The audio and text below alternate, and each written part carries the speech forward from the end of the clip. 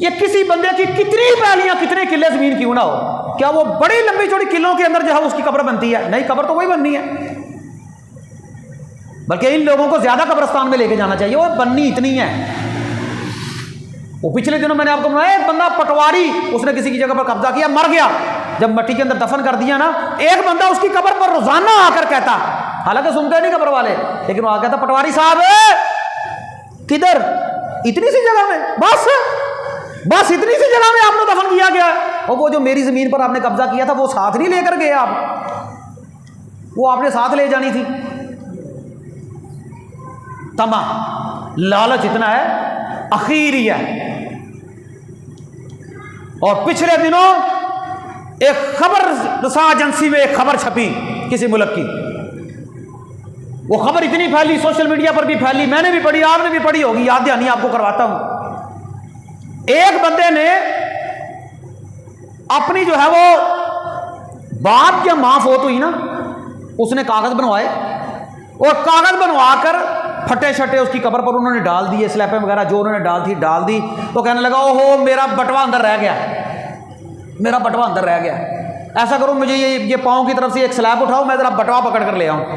वो अंदर गया ना, जब अंदर गया तो जेब से उसने कागज निकाल कर अपने बाप के अंगूठे पर, मां के अंगूठे पर उसने जो है वो स्याही लगाई, और अभी उस स्याही के साथ उस कागज पर, उस रजिस्ट्री पर, उन कागजों पर अंगूठे लगवा रहा था, वहीं पर उसको भी मौत आ गई।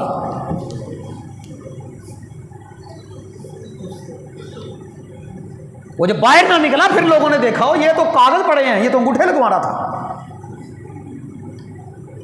इंसान की हिरस देखें, लालच देखें, और मुर्दा मां के अंगूठे लगवा रहा है, मुर्दा बाप के अंगूठे लगवा रहा है। लालच है ना, खत्म नहीं होती।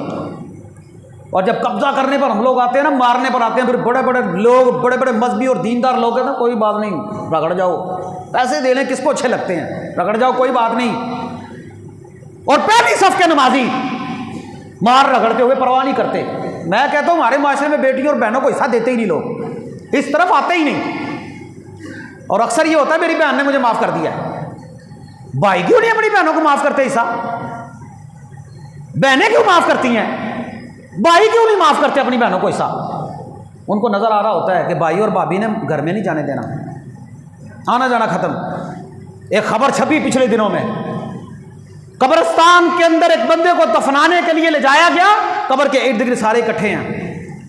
वो औरत कब्रिस्तान चली गई, बंदे की सगी बहन,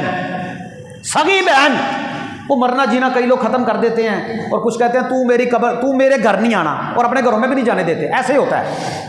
तू मेरी चारपाई में हाथ भी नहीं लाना, मेरे मुंह भी नहीं देखना, ऐसे भी होता है। लड़ाई झगड़े इतने होते हैं कि तूने मेरा मुंह भी नहीं देखना, मेरे घर भी नहीं आना, और लोग अपने घरों में जाने भी नहीं देते। लड़ाई की वजह क्या थी कि भाई बहन ने भाई से हिस्सा मांगा, लड़ाई होगी, अलहदगी होगी, घर में नहीं आने दिया। वो बहन कब्रिस्तान चली गई, जब दफनाने के लिए लेकर गए ना, सब लोगों के दरमियान में खड़े होकर वो औरत कहने लगी, झोली उठाकर, या अल्लाह, जिस तरह तेरे इस बंदे ने, मेरे इस भाई ने दुनिया में मुझे अपनी बाप की विरासत से महरूम रखा, तू इसको जन्नत से महरूम रखना।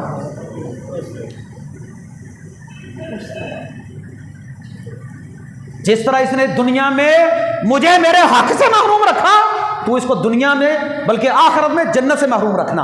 बद दुआ दे दी सबके सामने कब्रिस्तान में खड़े होकर।